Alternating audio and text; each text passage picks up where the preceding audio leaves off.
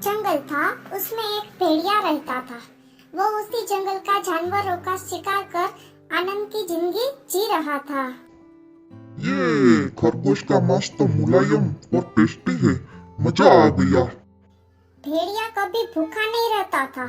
वो मजे से शिकार करता और पेट भरकर खाना खाता था।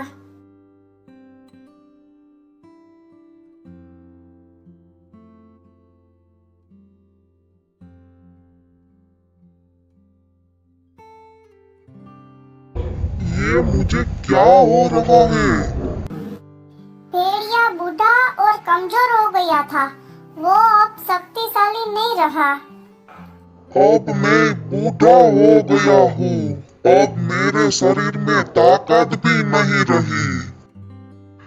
भेड़िए ने जैसे ही शिकार के लिए खरगोश का पीछा किया तो खरगोश तेजी से भाग निकला और वो भेड़िया उसे देखता ही रह गया। मेरे पैरों और कमर में दर्द हो रहा है। तभी एक खरगोश भेड़िए के सामने आ जाता है और उछल कूद करने लगता है। अरे वहाँ मत जाओ, वहाँ भेड़िया है, वो तुम्हें खा जाएगा। अरे नहीं, वो तो बुढ़ा हो गया है, कुछ भी नहीं कर सकता। अरे एक खरगोश तो मेरे पास आ गया, मैं उसे नहीं छोड़ूंगा। भेड़िया खरगोश को पकड़ने उसकी ओर दौड़ता है, लेकिन वो गिर जाता है और खरगोश तेजी से भाग जाता है। तुमने बहुत अत्याचार कर लिया, लेकिन अब नहीं कर सकते। समय के साथ साथ भेड़िया इतना कमजोर हो गया कि उसकी नजरों के सामने शिकार होता था, लेकिन वो उसे पकड़ नहीं पाता था। अब मेरे शरीर में ताकत ही नहीं रही है। 4 दिन से भूखा हूँ। यदि ऐसा ही चला तो मैं भूखा ही मर जाऊंगा। इसीलिए मुझे कुछ करना पड़ेगा। भेड़िया खाने के लिए योजना बनाता है। योजना के अनुसार जंगल में अफवाह फैला देता है। एक शहरी इंसान जंगल को काटने आया है। ये अफवाह जंगल में आग की तरह फैल गई है। इस बात से खरगोश आपस में बात करते हैं। सुना है कि जंगल को काट दिया जाएगा। मैंने भी सुना है, मुझे भी इसके बारे में पता चला है। तब से मैं भी परेशान हूँ। योजना के अनुसार भेड़िया मुंह लटकाकर बैठ जाता है। तभी दूसरे जानवर पूछने आते हैं, क्या आपने जंगल काटने की खबर सुनी है? हाँ, तुमने सही सोचा है। मैंने सुना है कि एक शहरी जंगल को काटकर हॉस्पिटल बनाने चाहता है। ओह माय गॉड, अब क्या होगा? मैंने तो जिंदा रहने के लिए एक उपाय सोच लिया है। आपने क्या उपाय सोचा? नदी के उस पार बहुत घना जंगल है। मैं बाकी की जिंदगी वहाँ पे बिताऊंगा। क्या बात है, ये तो बहुत ही अच्छे विचार है। मैं भी इस जंगल में जाना चाहूँगा। मैं भी जाऊँगा। इसी तरह नदी के उस पार जंगल में जाने के लिए जानवरों में हलचल मच गई। मैं बूढ़ा हो गया हूँ, लेकिन आप लोगों की मदद तो कर सकता हूँ। लेकिन एक शर्त है, मैं एक ही बार में एक ही जानवर की मदद कर सकता हूँ। खरगोश भेड़िए के साथ नदी के किनारे जाता है। ठीक है, हम बारी बारी चले जाएंगे। अब तुम मेरे ऊपर बैठ जाओ, मैं तुम्हें नदी पार करवा देता हूँ। ठीक है। खरगोश भेड़िए के ऊपर बैठ जाता है और नदी पार करने लगता है। मुझे बहुत ही डर लगता है। तुम डरो मत, मैं तुम्हें संभल कर नदी के उस पार ले जाऊंगा।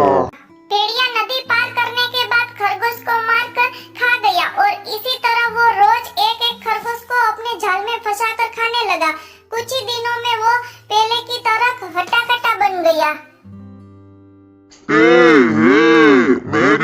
योजना सफल हो गई। उधर बंदर भी भेड़िए के साथ जाने में उतावला था, लेकिन उसका दोस्त सांप भी उसके साथ जाना चाह रहा था। अरे मैंने भी सुना है कि तुम भी जंगल छोड़कर जा रहे हो। तुमने सही सुना है। अब यहाँ मरने से तो अच्छा है कि कहीं और नई जगह जाकर अपना घर बसाइए। तुमने बिल्कुल सही सोचा है। मैं भी यहाँ से जाना चाहता हूँ, क्योंकि शहरी लोग सबसे पहले मुझे ही मारेंगे। लेकिन मेरी एक समस्या है, मैं कैसे जाऊँगा? हाँ, तुम भी भेड़िए से बात करके उसके साथ चले जाओ। अरे वो मुझसे चिढ़ा रहता है, ऐसे में वो मुझे अपने साथ नहीं ले जाएगा। हाँ, ये बात तो तुमने सही कही। मेरे पास एक योजना है। क्या? वो तो मैं तुम्हें नदी के किनारे ही बताऊंगा। तुम वहाँ समयसर आ जाना। ठीक है। भेड़िया आज अपने साथ बंदर को ले जाने के लिए काफी खुश था।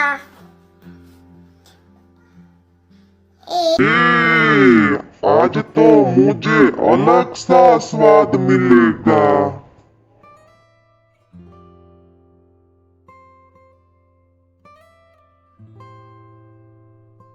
उधर बंदर नदी के किनारे पहुंच गया। सांप को अपनी योजना के बारे में बता दिया।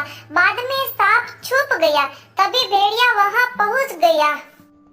अच्छा, तुम मुझसे पहले यहाँ पहुँच गए। हाँ, नई जगह जाने की बहुत खुशी है। आप नहीं होते तो पता नहीं हम सबका क्या होता।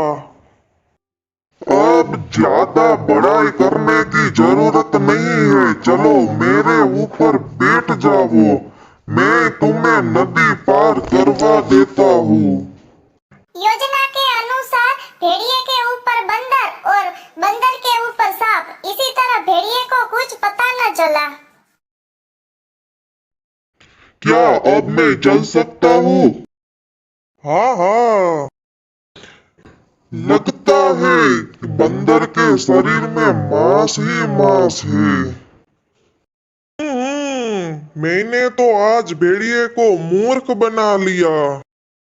भेड़िया नदी पार करने ही वाला था, पर उसे रहा नहीं गया और उसने कहा, आज तो मैं तुम्हारा शिकार करूंगा। क्या तुमने मुझे धोखा दिया? हे, मैं पेट भरने के लिए कुछ भी कर सकता हूँ।